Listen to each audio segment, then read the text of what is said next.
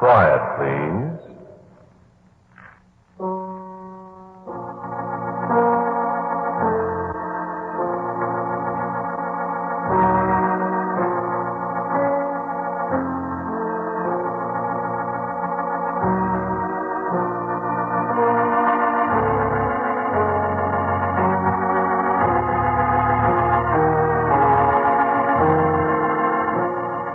The Mutual Broadcasting System presents Quiet Please, which is written and directed by Willis Cooper and which features Ernest Chappell.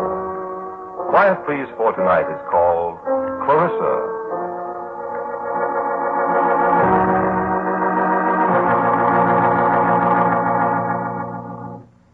No. He was dead before the fire started. I've told you that a dozen times. No, I can't prove it, of course not. You'll just have to believe me. Take my word for it. I can't prove he was dead. You can't prove he wasn't. And anyway, what difference does it make? Now. I'm sorry. I can't hear you very well. Yes. Well, all right. It was an old black shell of a house. A house that has lived too long. A house where the floors groaned in pain at night, where the windows shuddered at the gentlest touch of the wind, where door latches suddenly gave up their grip and let the night come sniffing into the house to paw at your eyes and wake you to the other silences that lay around you. It was never warm there. In the winter, old Heinz kept a fire going in the fireplace in the old sitting room, but the logs were scrawny and the draft was bad, and the flames seemed to grudge us their warmth, so that we shivered all through the day. We're glad when night came and we could escape to the meager comfort of the drafty bedrooms. And in the summer, there was a dampness about the place. An unhealthy clamminess drifted from the walls and stirred uneasily among the ancient smells of decay that clung to the place. Well, I suppose you could call old Heinz a character. You said you didn't know him? An immigrant from the Rhineland sometime in the early 70s. That would make him, let me see, how old? Ich war im Rheinland geboren, in der Jahrzeit 1862. That's right, 1862. He was an old man, but he never appeared old. You might have taken him for a vigorous man of 60. His hair and his scraggly mustache were jet black. I suspect he dyed them regularly. And his blue eyes seemed as keen as those of a boy of 18. And he'd never been away from the house for a single night, he used to say, from the day he bought it and moved into it in 1888. And it was an old house then. Yes, I spent some very dreary days and nights in that house. What? I couldn't afford a better place to live. No, people don't go to live in a haunted house if they can find another place, you know.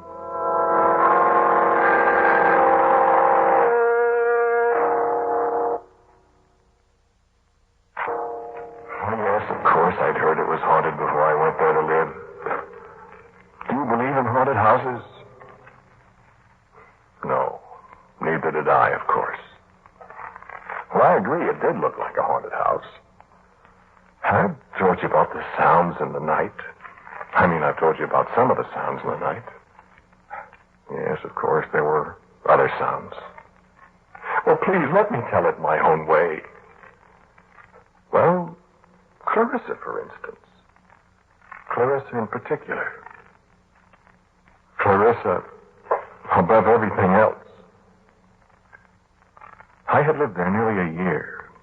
Heinz and I sat that first night alongside the fireplace. I remember he'd asked me to share a bottle of Ben Custer Doctor with him. We sat in front of the stingy little fire. And there was a kerosene lamp on the table, and Heinz in his old black coat with the sleeves that were too short. You like the wine then, Jesse? Yeah, very much. Very much. I have not much left. This is from before the war when it was easier to get, you see. But now, well, it is almost their last. You shouldn't be so generous with it, Heinz. No. Good wine always schmeckt besser, wenn with a friend you drink it, nicht wahr? A little more? Not for a moment, thanks.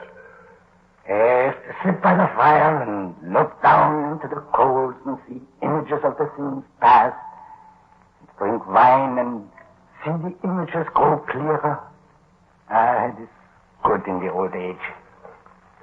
You've lived here alone for a long time? Yeah, for a long time. Long time. I'm used to it. Used to the nights and the little fire and the silences. Yes.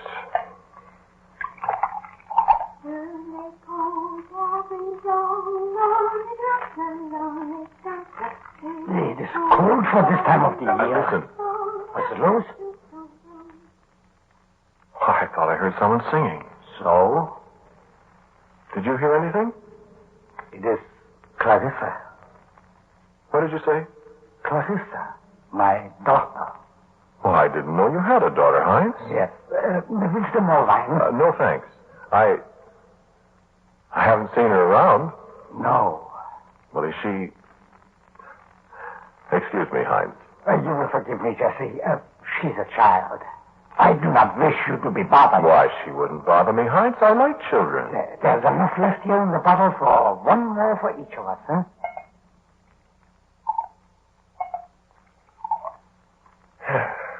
Thank you, Heinz. And yes, schlaf wohl. And I drank the last of the wine with the old man. And then I climbed the creaking stairs to the dreary little room, carrying a kerosene lamp in one hand and casting fabulous shadows on the peeling wallpaper. Seeing the ancient plush-covered rocking chair nodding away at me as I entered the room, as if a startled occupant had suddenly deserted it at the sound of my footsteps on the stairs. And the cold spring rain drenching the window panes, and the murmured complaints of the beams and rafters of the old house.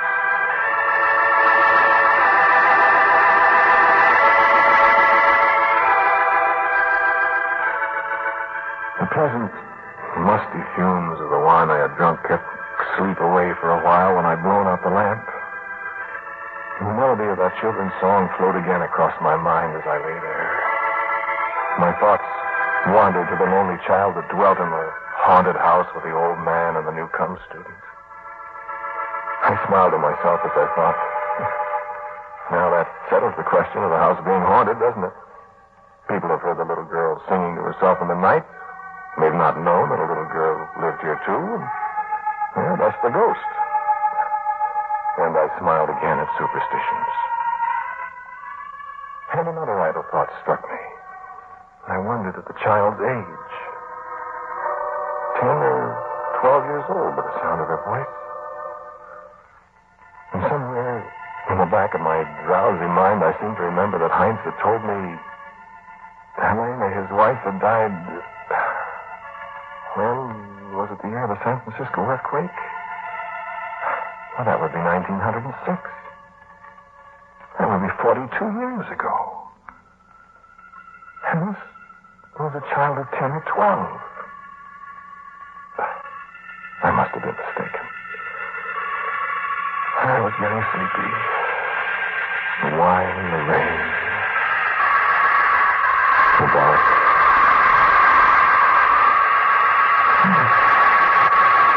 I slept. Well, you wanted the whole story. I'm telling it to you. In the morning, Heinz was working in his garden, and the early sun made the old house seem a little more cheerful, a little more livable. There was a tinge of green through the gray of the fields that surround the house, and Heinz told me he'd seen a robin.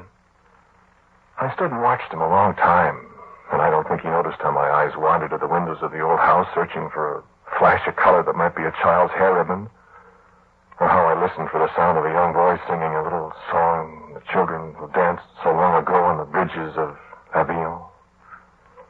I didn't even notice that I was humming a song under my breath. Clarissa's song, nicht? What? Oh. Well, that's Clarissa's song. That kid used to sing it when I was young. Yeah, my wife is French. She taught the song to Clarissa. Oh? Yeah, it is an old song. How old is your daughter, Heinz? Eh? How old? Oh, she's young. Is she pretty? Oh, yeah. Your breakfast? Coffee. I found it on the stove. Clarissa made it. Oh, did she? You'd better go to work now, huh? Yes, I suppose so. You don't need to keep the little girl out of sight on my account, Heinz. I like children. Oh, she bother you. Oh, no, I've got a little sister back home. Oh, yeah? Miriam. She's 11. Clarissa is older. Oh? Miriam's got bright yellow hair. Clarissa has dark hair. Yeah, I got a picture of her here. Oh, she's very pretty. I have no picture of Clarissa. No, that's too bad. I'll see you tonight, huh? Yes? Yes, sure, Heinz.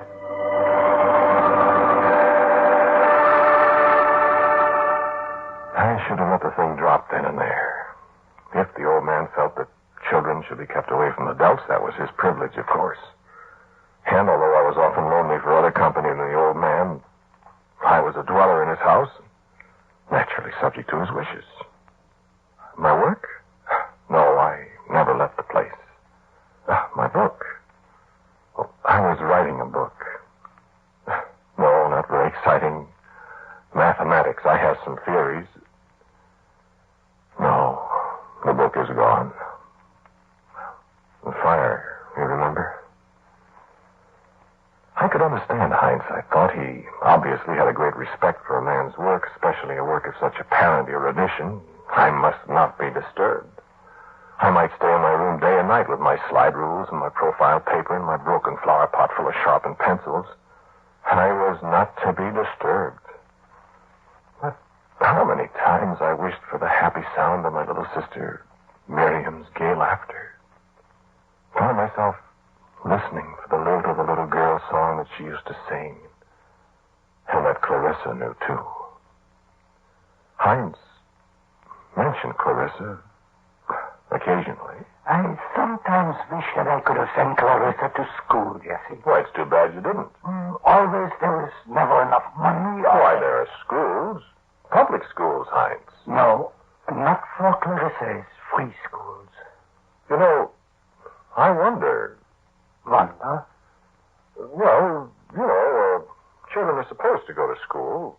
I'm surprised that the school authorities haven't been to see about sending her. The police? Oh, no, not the police. But there are laws about schools. I mean, you might find yourself in trouble if they discover you have a daughter school age. They will come here. Well, if they find out. Jesse, you will not tell. Now, look here, Heinz. You're not being fair to the child. Yes. No, really, I mean it. Hasn't she ever been to school? I teach her a little. Well, Heinz, it's none of my business. But you're doing her a very serious harm. No. Listen, Jesse. You don't tell anybody about her. Well, I don't know, Heinz. If they come and ask me... Jesse, listen. I tell you something. Well? Clarissa can't go to school. Well, why not? I told you it doesn't cost anything. It is not that. Well, then? She's not well. Oh. Oh, I'm sorry, Heinz. Look, would you like it if I gave her a little of my time and taught her some of the elementary... No, please, don't. Well, I'd be glad to. No. Well, have it your way, Heinz. I don't mean to intrude on your affairs, but after all, a child... I'm sorry, Jesse. I thank you, but no. All right. Forget it.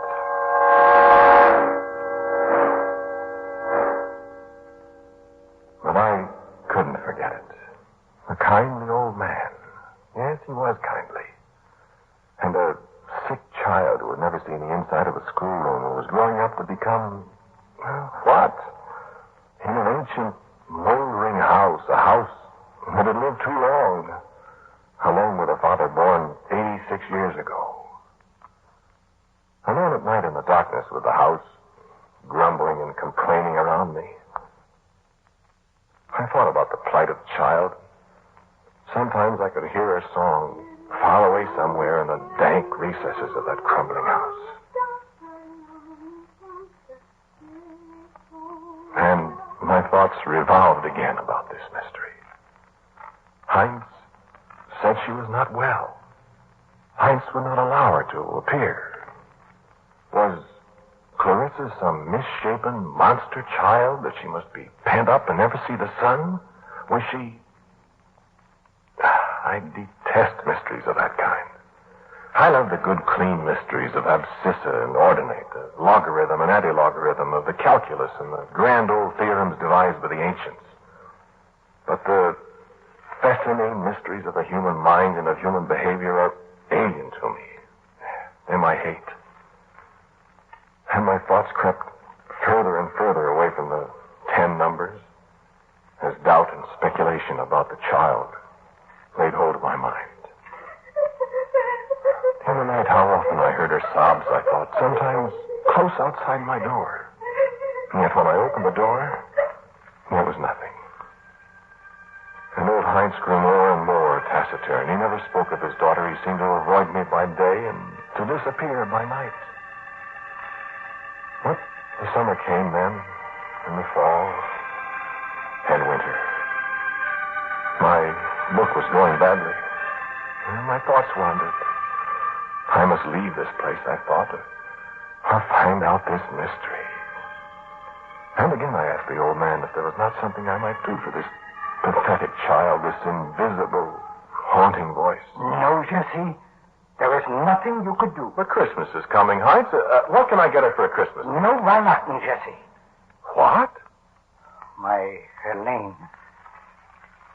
She died on the eve of Christmas. Well, but Heinz, you owe it to the child. No. Let us not speak of it again. But to me, the thought of Christmas passing by this child was unspeakable. I determined that if the old man would do nothing about it, I would. You know, I had little money. There was so little I could do. But I did come into the town here, and I found a toy for her. I found one I could afford. A little woolly lamb. A little woolly white lamb with black buttons for eyes and a blue silk ribbon about its neck and a gay little blue flower in its mouth. I hung a little card about its neck that said, Merry Christmas to Clarissa. And on Christmas Eve, Heinz and I shared the last bottle of Ben Costa Doctor before the miserly little fire. And I gave him one of the handkerchiefs my little sister Miriam had sent me, and he gave me an old stone krug with a heavy pewter top that he said came from Heidelberg. And we regretted that there was no creamy Pilsner Urquell to drink from it. Wished each other a happy Christmas. And then, in the night, I was awakened by a tiny sound. And I lay awake silently for a moment. And there was another sound. A hesitant little footstep. And a rustling at the dresser across the room from me. And I lay quietly and listened.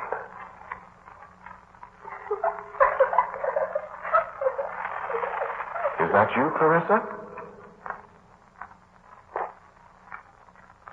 Is that you, Clarissa? Do you like it?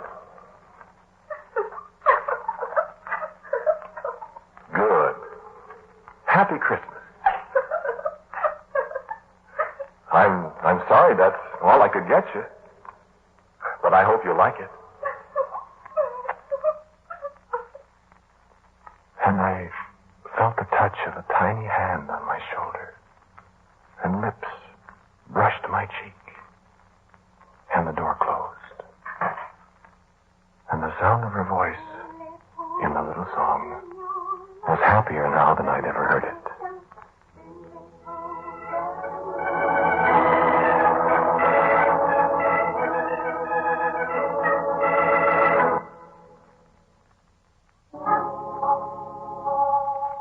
And so I knew at last that Clarissa was not a ghost, but a living person. And I felt more at peace with myself as I realized that this was what had been plucking at the corners of my mind. And I was happy now that I knew she really lived, that I was not living in the midst of fantasy. I had wondered what Heinz would say. He was perfectly natural about it. It was good of you, Jesse. Good? What? To find a gift for Clarissa. Oh, did you like it? Ah. Well, I'm glad. She asked me to say Dankeschön to you. Well, then I say, bitte schön. It is good. You're a kind person, Jesse. I wish it could have been more. Oh, it is a very rich gift. Never has she had such a thing. Is she going to have Christmas dinner with us, Heinz? No. So, I had won a little victory in this conflict with the darkness. But I was to go no further.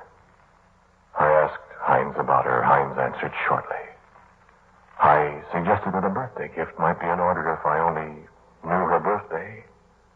I proposed writing to my own sister and begging her for outworn storybooks that Clarissa might read, even if she must stay aloof from the rest of the house. Heinz did not reply. Everything was as it had always been, so long as the name of Clarissa was not mentioned.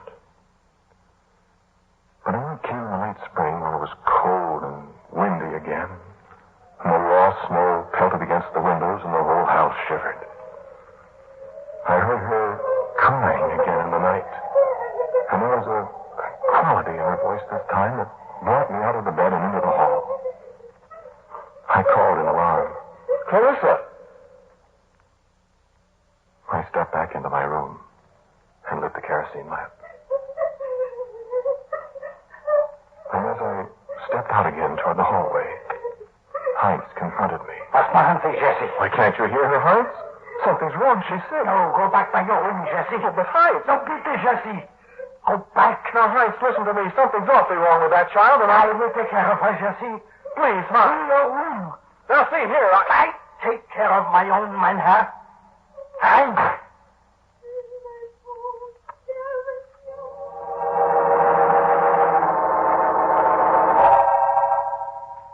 I reached for the door at once, but it was locked from the outside. And I beat on it and stormed at it in the cold. But for once it held. I screamed at the father, threatening every kind of vengeance on him, till at last I suddenly realized that I was being hysterically silly. In the silence, I could hear nothing but the moan of the wind around the rusty cornices of the house and the hiss of snowflakes against the window. I sat down, shaken, bitter at myself for giving way to such an outburst over a child crying in the night. And at last I lay down again, and in the frosty silence of the early dawn, I fell asleep. And when I awoke, hours later, and found my door unlocked again, Heinz was not to be found. Not that day, nor the next. I tramped through the house, opening doors, calling him, calling Clarissa. There was not a sound to answer me. I found a little wood and made a miserable fire. I suppose I ate. I don't remember any too well. And at night I went to bed, till I, shivering for hours, straining my ears for a sound. The sound of a child's song. The sound of a father's footstep in the cold darkness. And it was morning, nearly morning. Gray fingers of morning plucking at the frost-rimed windows. And I awoke to see Heinz standing beside my bed.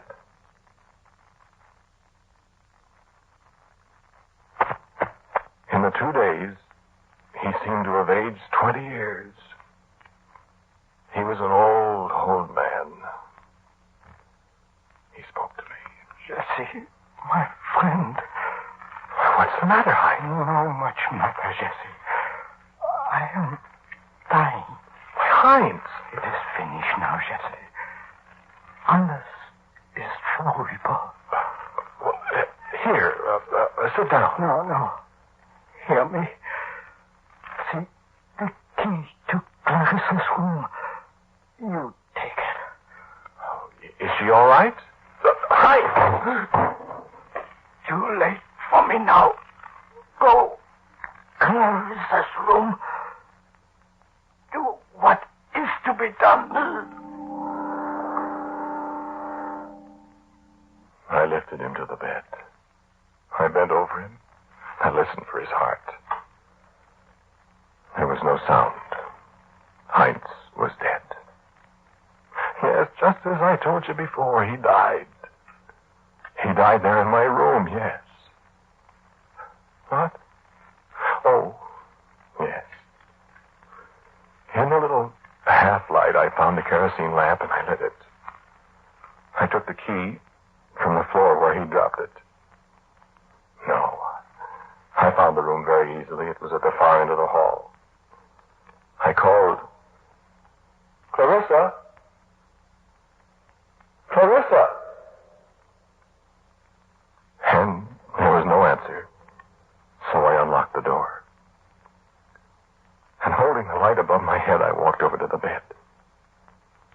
And there, lying on the bed, dressed in a pinafore that might have come out of the 10-year drawing in Alice in Wonderland, clutching a little woolly lamb to her breast, there lay a tiny, old woman with long white hair braided into pigtails. Clarissa. And I knew why I hadn't heard the little song for 2 days. And so when the lamp dropped out of my hand and the flames started licking around the dry as dust draperies and the fragile old oaken boards in the floor, I turned and went out of the house. Well, what else was there to do? The house had lived too long. And so had the father and daughter who dwelt there.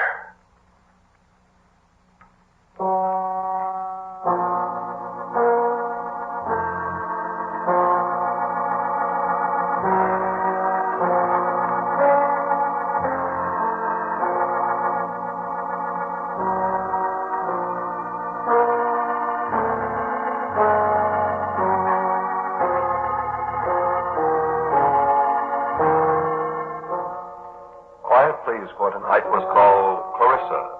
The man who spoke to you was Ernest Chappell. And Heinz was played by Bruno Vick. Clarissa by Peggy Stanley. As usual, music for Quiet Please is by Albert Berman.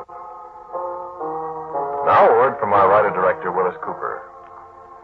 The characters in tonight's Quiet Please are neither living nor dead. They enjoy neither of these interesting conditions because they're solely the invention of my own imagination, intended to represent nobody at all. Quiet Please for next week is called 13 and 8.